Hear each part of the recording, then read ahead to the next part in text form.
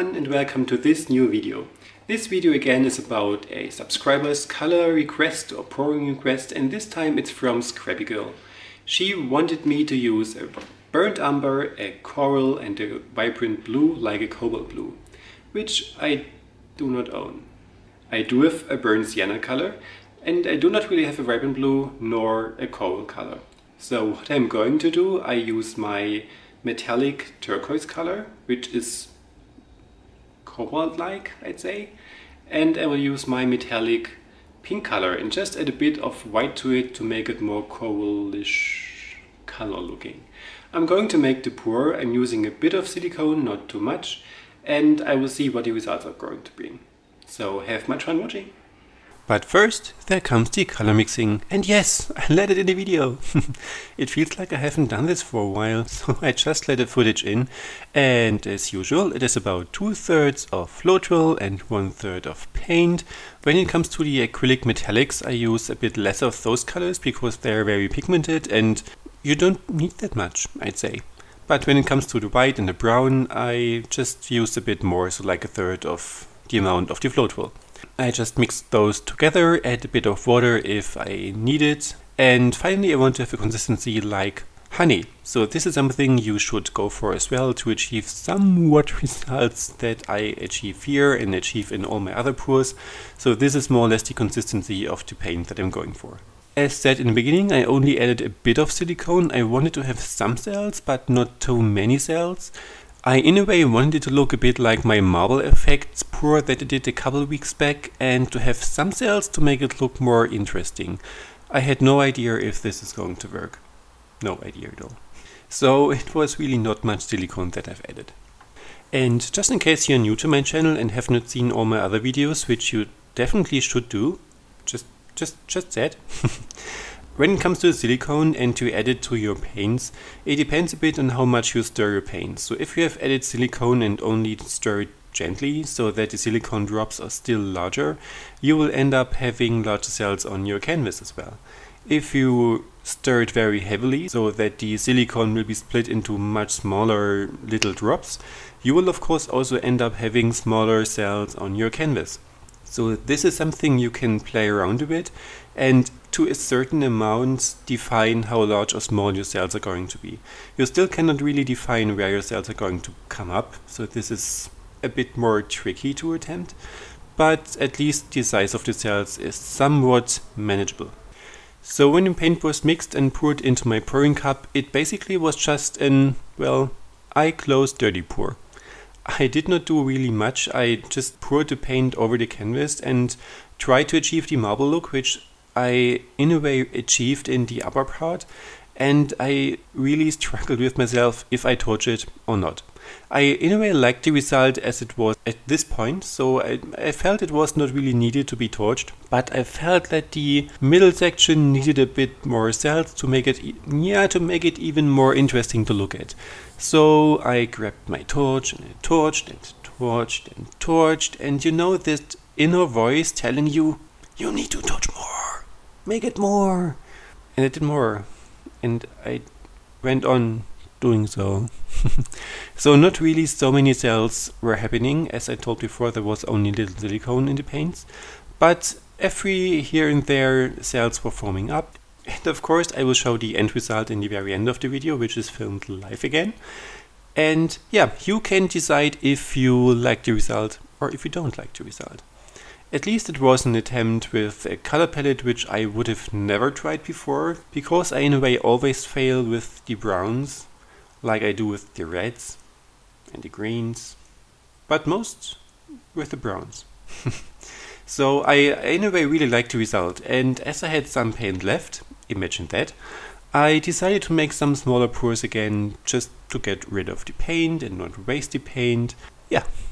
And I used two 20 by 20 canvases, just as I have many of those laying around here, and dirty poured over them as well. As the paint was not enough for both of them, I decided to add some gold paint as well, because, you know, gold is awesome. I really love my gold acrylics, and I thought it might look cool with the other colors, and I did not really add so much of the brown. Did I add any of the brown? I can't really remember. I don't think I added brown. Anyways, those are the results of my smaller pours, and I hope you liked the effect. So what do you think about the smaller ones? Did I did a better job there? Did you like the results better? Do you also think that the brown is a color, or should I use more browns in my coming projects? Just let me know. I'm really curious about your thoughts. And finally, as this is always a request coming over and over again, I show you the varnishing process of these 3 pieces. So here you can see how the dried version looks. I'm still quite in love with the large one. I really like it, how it turns out, although I wish that the upper part does not really have so many cells in the pink bluish part. But it is what it is. I like the result, and it might look really cool at a fitting place. So I like it. And just to have it said once more, many of my pieces I do put onto my Etsy store, and the link to my Etsy store is in the video description if you want to have a look. There you will also find the materials that I have used for each video which I do, and my social media links. So if you're interested in whatsoever any of my artworks that I've created here on YouTube, most of them, if available, are still on my Etsy store, or you can get in touch with me, contact me directly and see if I have them still here and not put on Etsy yet. I would of course love seeing that they find a new home. I do have some collectors from the States and some from Germany, and yeah, world is so big, so I would love to have my artworks hanging in so many different countries. So yeah, just have a look if you like. And when it comes to the varnish, it is really no rocket science, it's totally easy. I add my Liquitex varnish, and this is an ultra gloss one or gloss one, I don't know. They come from matte over satin, gloss and ultra gloss. I like to use them all depending on the artwork that I have. I currently have the matte and the ultra gloss version, and you don't really need so much of it. You just apply the amount that you think you need on your canvas, take a brush and brush over it. It dries very quickly, it is odorless, which is great, it dries clear. And no, I'm not sponsored by Liquitex because I always recommend their varnish. I wish I was, but I'm really not. I just like this product so much. I really like it. It's great. I had a varnish before which was really stinky. I hated it. I couldn't do this in my studio, and I had to use a respirator mask just to stand the smell, so I had to do it outside and still using the mask because it was so stinky. Once it was dried, everything was okay, but I really couldn't stand it and I hated it, so I didn't use it that often. I think only 1 or 2 times, 3 times, I really don't know.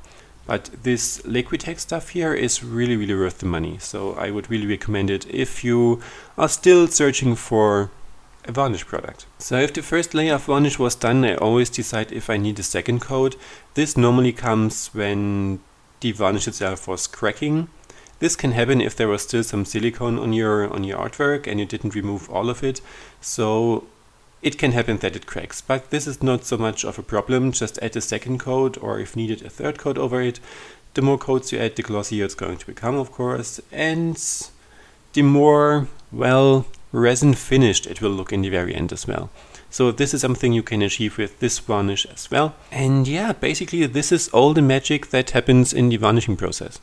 You can see it's pretty simple. The first thing that you should do once you're finished varnishing is clean your brush, because this stuff dries fairly quickly, and if it dries in your brush, you can throw your brush away because you will never get rid of it. Even my cleaning trick with the kitchen vinegar does not help. It won't help. So clean your brush afterwards. So I think that is everything that I can tell you for the varnish. So if you have more questions regarding varnishing something or the sense behind varnishing something, just leave me in the comments as usual. So yeah, I as usual really hope that you liked my video and the demonstration. Thank you so much, ScrabbyGirl, for this color palette request.